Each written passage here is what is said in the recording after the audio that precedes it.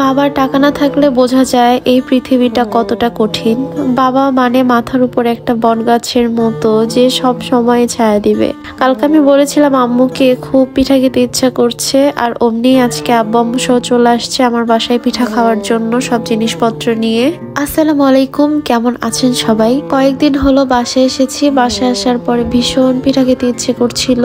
এটা আম্মুকে বলার পর আজকে দেখে আব্বু আম্মু সহ চলে আসছে পিঠা খাওয়ার সব জিনিস নিয়ে, যেন আমাকে গরম গরম পিঠা বানিয়ে খাওয়াতে পারে। বাবা শিক্ষিত হোক বা মূর্খ হোক, এই দুনিয়াতে বাবার মতো কেউ হয় না। বাবার মতো করে সন্তানদের জন্য কখনো কেউই চিন্তা করে না। বাবা তো বাবাই হয়। ছোটবেলা থেকেই আমি কোনো জিনিস খেতে চাইলে বা আবদার করলে আব্বু সাথে সাথে সেটা এনে খাওয়াতো, সাথে সাথে সেটা এনে দেওয়ার চেষ্টা করতো।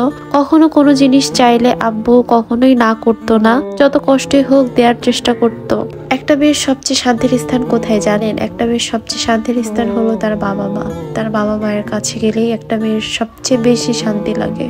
আর বাবা মায়ের পরে এই দুনিয়াতে একটা মেয়ের আশ্রয়স্থল বা শান্তির স্থান তার স্বামী। পিঠা খাবো বলেছি জন্য দুধ, পাটারি, চাউলের গুঁড়া, নারকেল আরো আমার সব পছন্দের খাবারগুলো নিয়ে আসছে আম্মু রান্না করে। পিঠা তো খাবো ঠিক আছে, বাট আমার বাসায় পিঠা বানানোর কোনো জিনিসই ছিল না। যেহেতু আম্মুর হাতের পিঠাই সবসময় খাওয়া হয়েছে, বাপের বাড়িতে গেলেই সবসময় পিঠা খেয়েছি।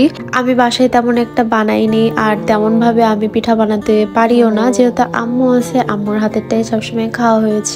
এজন্য আমার বাসাতে কেনাও হয়নি আর বানানো হয়নি। তাই আর দেরি না করে চলে গেলাম পিঠা বানানোর সব জিনিস কিনতে। আর আমার এই ছোট ছোট সংসারের জন্য আস্তে আস্তে করে সবকিছুই কিনে ফেলবো ইনশাআল্লাহ। শীতের পিঠা মানেই আমরা বুঝি ভাপা পিঠা, দুধ চিতই পিঠা।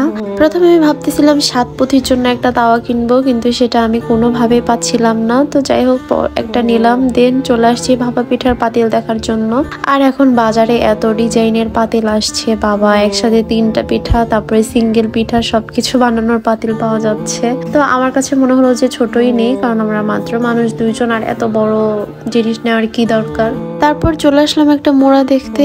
এই মোড়া আমার ভীষণ প্রয়োজন ছিল, আর আম্মু এই মোড়া ছাড়া বসতে পারে না, এজন্য এটাও নিয়ে নিলাম।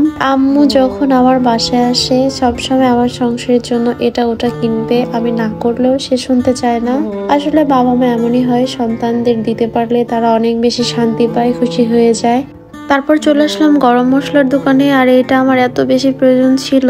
আর কেন জানি আম্মু আসলে এটা আমি নেই, কারণ আম্মু সুন্দর করে এটা একদম ব্লেন্ড করে আমাকে বক্সে ভরে দিয়ে যায়।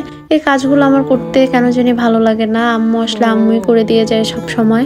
গরম গরম জিলাপি ভাজা দেখে আমার মনে হচ্ছিল আমি খাই, এজন্য দাঁড়িয়ে পড়লাম। ভাবলাম বাসার জন্য নিয়ে যাই, যেহেতু বাসায় আমার ছোট ভাই দেবর আছে। দেখতে দেখতে অনেক কেনাকাটা হয়ে গেল আজকে। আর এই মোড়াটা আমার কাছে এত বেশি ভালো লাগছে, আর দেখতে অনেক বেশি কিউট লাগতেছিল, আর কালারটাও বেশ সুন্দর। আমার কাছে মনে হয় আমার সংসারের জন্য আমি যেটাই কিনি সেটাই অনেক বেশি সুন্দর আর অনেক বেশি ভালো হয়।